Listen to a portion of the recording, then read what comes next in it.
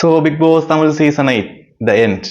അതെ, എന്തൊക്കെ പറഞ്ഞാലും ഈ ഒരു സീസൺ എങ്ങനെയൊക്കെ തുടങ്ങി എങ്ങനെയൊക്കെ അവസാനിപ്പിച്ചെന്ന് പറഞ്ഞു കഴിഞ്ഞാലും കുറെയൊക്കെ ഇമോഷണലി എല്ലാവരും അറ്റാച്ച്ഡ് ആയിരുന്നു. ഈ ഒരു സീസണും അങ്ങനെ കഴിഞ്ഞിരിക്കുകയാണ്. അപ്പം ഈ ഒരു സീസണിന്റെ വിജയികൾ എന്ന് പറയുമ്പോൾ എല്ലാവരും തന്നെ വിജയികളാണ്. എന്നാൽ ഈ ഒരു ഫൈനാലെ വീക്കിൽ വിജയിച്ചവരിൽ 5ാം സ്ഥാനത്ത് നമ്മുടെ റയാൻ, അതുപോലെ തന്നെ 4ാം സ്ഥാനത്ത് പവിത്ര, 3ാമതായിട്ട് നമ്മുടെ സെക്കൻഡ് റണ്ണറപ്പ് ആയിട്ട് വിശാല്, അതുപോലെ തന്നെ ഫസ്റ്റ് റണ്ണറപ്പ് ആയിട്ട് സൗന്ദര്യ, ഈ ഒരു ബിഗ് ബോസ് തമിഴ് സീസൺ 8ന്റെ ടൈറ്റിൽ വിന്നർ ആയിട്ട് മുത്തുകുമരൻ. അപ്പോൾ ഇവർക്ക് എല്ലാവർക്കും ആശംസകൾ.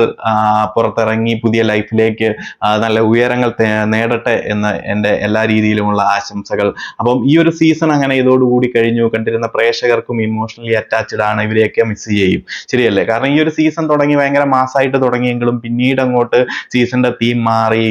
തീം തന്നെ ഭയങ്കര മോശമായിട്ട് പ്രേക്ഷകർക്കൊക്കെ ഭയങ്കര ലാഗ് ഫീലിങ്ങും വളരെ മോശം അഭിപ്രായങ്ങളുമായിട്ട് ഈ ഒരു സീസൺ പക്ക ഫ്ലോപ്പിലേക്ക് പോകുന്ന ഒരു അവസ്ഥയായിരുന്നു. ക്രിയേറ്റീവ് ടീമിനെ തന്നെ 2 തവണ മാറ്റി.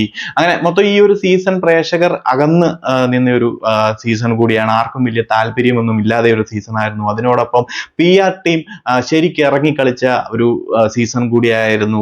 ഇതൊരു ടോക്സിക് ഫ്രീ സീസൺ എന്ന് പറയുമ്പോൾ പോലും അകത്ത് കണ്ടസ്റ്റൻസിന് വലിയ ടോക്സിക് ആയിട്ട് സംഭവങ്ങളും കാര്യങ്ങളും ഇല്ലെങ്കിൽ പോലും പുറത്ത് പല കണ്ടസ്റ്റൻസിന്റെയും PR ടീമുകൾ ടോക്സിസിറ്റി വാരി വിതറുകയായിരുന്നു. പല കണ്ടസ്റ്റൻസിനെയും തരം താഴ്ത്തിയും ഇടിച്ച് ഇറക്കിയും ഒക്കെ പല സംഭവങ്ങളും ഉണ്ടായി. അത് ശരിക്കും PR-കൾ വാഴുന്ന ഒരു സീസൺ എന്ന് കൂടി പറയണം. PR-കൾ ഇറങ്ങി ഈ ഒരു സീസണിന്റെ ബ്യൂട്ടി തന്നെ നശിപ്പിച്ചു എന്ന് എനിക്ക് ഈ ഒരു സമയത്തും പറയേണ്ടതായിട്ട് വരും. PR-കളാണ് ഈ ഒരു സീസണെ നശിപ്പിച്ചതും. PR-കൾ കാരണം പലരും പല പൊസിഷനുകളിലും അർഹതയില്ലാനിട്ട് എത്തി.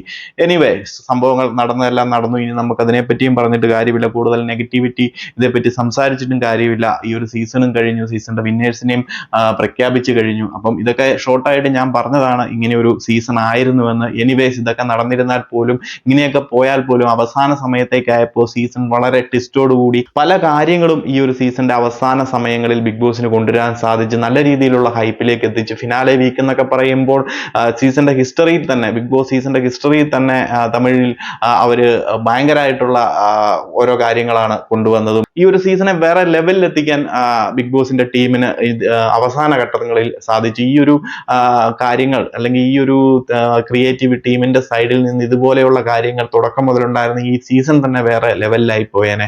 എന്താണെന്നുണ്ടെങ്കിലും അവസാനമായപ്പോഴത്തേനും ഭയങ്കര ഹൈപ്പിലേക്ക് വന്ന് പ്രേക്ഷകരും വളരെ അറ്റാച്ച്ഡ് ആയി കണ്ടസ്റ്റൻസുമായിട്ട്. അതുപോലെ തന്നെ ഭയങ്കര ഇമോഷണലി ബ്രേക്ക് ഡൗൺ ആകുന്ന പല കാര്യങ്ങളും അവസാന സമയങ്ങളിൽ നടന്നു. പ്രേക്ഷകരും വളരെ ഇമോഷണലി അറ്റാച്ച്ഡ് ആയി ഈ ഒരു സീസണോട്. എന്തായാലും ആ ഒരു സീസൺ അങ്ങനെ കഴിഞ്ഞിരിക്കുകയാണ്. വിന്നറായിട്ട് നമ്മുടെ മുത്തുകുമരനും വന്നിരിക്കുകയാണ്. പ്രേക്ഷകർ നല്ലൊരു ശതമാനം പ്രേക്ഷകരും പ്രതീക്ഷിച്ചതുപോലെ തന്നെയും ആഗ്രഹിച്ചതുപോലെ തന്നെയും മുത്തുകുമാർ ഈ പറയുന്നത് പോലെ ഈ ഒരു സീസൺ 8ന്റെ വിന്നറായിട്ട് എത്തിയിരിക്കുന്നു. അപ്പം ഇതോടുകൂടി നമ്മളും പേഴ്സണലി ഞാനും സീസൺ 8നോട് വിട പറയുകയാണ്. അപ്പം ഇനി ഇതുമായി ബന്ധപ്പെട്ട് നമുക്ക് അപ്ഡേറ്റുകളും കാര്യങ്ങളും ഒന്നും തരാനില്ല. ഇനിയിപ്പം സീസൺ 8മായി ബന്ധപ്പെട്ട് തമിഴ് അപ്ഡേറ്റുകളും കാര്യങ്ങളും അടുത്തൊരു സീസണിന്റെ അപ്ഡേറ്റുകളും കാര്യങ്ങളും ഒക്കെ ആയിട്ട് പിന്നീടുള്ള അവസരങ്ങളിൽ വരുന്നതായിരിക്കും. അതുവരെയും നമ്മൾ ബിഗ് ബോസ് മലയാളത്തിന്റെ അപ്ഡേറ്റുകളുമായിട്ട് എത്തുന്നതായിരിക്കും. ബിഗ് ബോസ് മലയാളവും കുറച്ച് ലേറ്റ് ആയിട്ടാണ് വരാൻ പോകുന്നത്. അപ്പോൾ അതിന്റെ അപ്ഡേറ്റുകൾ എന്തെങ്കിലും ഒക്കെ ഉണ്ടെങ്കിൽ അതുമായിട്ടൊക്കെ എത്തുന്നതായിരിക്കും. അതോടൊപ്പം തന്നെ ഇതിന്റെ പ്രേക്ഷകരോട് എനിക്ക് പറയാനുള്ളത്, ടോക്സിസിറ്റി, ഇതിന്റെ ഫാൻ ബേസ് അല്ലാത്ത കുറെ PR ടീമും അതുപോലെ തന്നെ അതുമായി ബന്ധപ്പെട്ട് കുറെ ഫാൻസും ഒക്കെ ഇറങ്ങിയിട്ടുണ്ട്.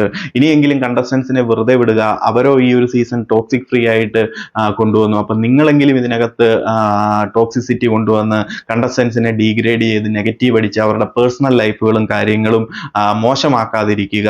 കാരണം നിങ്ങളും ഓരോ പ്രേക്ഷകരും മറ്റവരാണ്.